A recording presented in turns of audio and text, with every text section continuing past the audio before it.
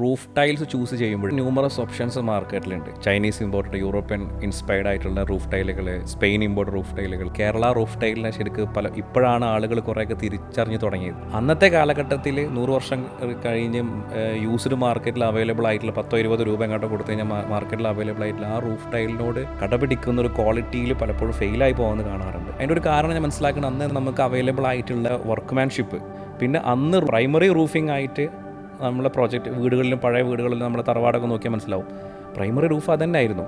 അപ്പോൾ അതിനുള്ളൊരു പ്രയോറിറ്റി അന്ന് അത്രത്തോളം ഉണ്ട്. ഇന്നിപ്പോൾ ഈ ന്യൂ ജനറേഷൻ പ്രോജക്ട്സിൽ ട്രോപ്പിക്കൽ ആർക്കിടെക്ചറിൻ്റെ കടന്നുകയറ്റം അല്ലെങ്കിൽ ട്രോപ്പിക്കൽ ആർക്കിടെക്ചറിൻ്റെ പ്രസൻസ് വളരെ പ്രാധാന്യമുള്ള സമയമായി വരുമ്പോൾ ഈ റൂഫ് ടൈലിൻ്റെ വാല്യൂ ആളുകൾ കണ്ടു തുടങ്ങുന്നുണ്ട്. അത് 100 വർഷത്തിൻ്റെ മേലെ ഉപയോഗം കഴിഞ്ഞ് വീണ്ടും അടുത്തൊരു 100 വർഷത്തിന് യൂസ് ചെയ്യാൻ മാർക്കറ്റിൽ അവൈലബിൾ ആവുന്ന ഈ പ്രൊഡക്റ്റിൻ്റെ ശരിക്കും സസ്റ്റൈനബിലിറ്റി എന്നൊരു ടോപ്പിക്കിനോട് നീതി പുലർത്തുന്നതായിരിക്കും ശരിക്കും അത്തരം പ്രൊഡക്റ്റ് നമ്മൾ യൂസ് ചെയ്യുമ്പോൾ.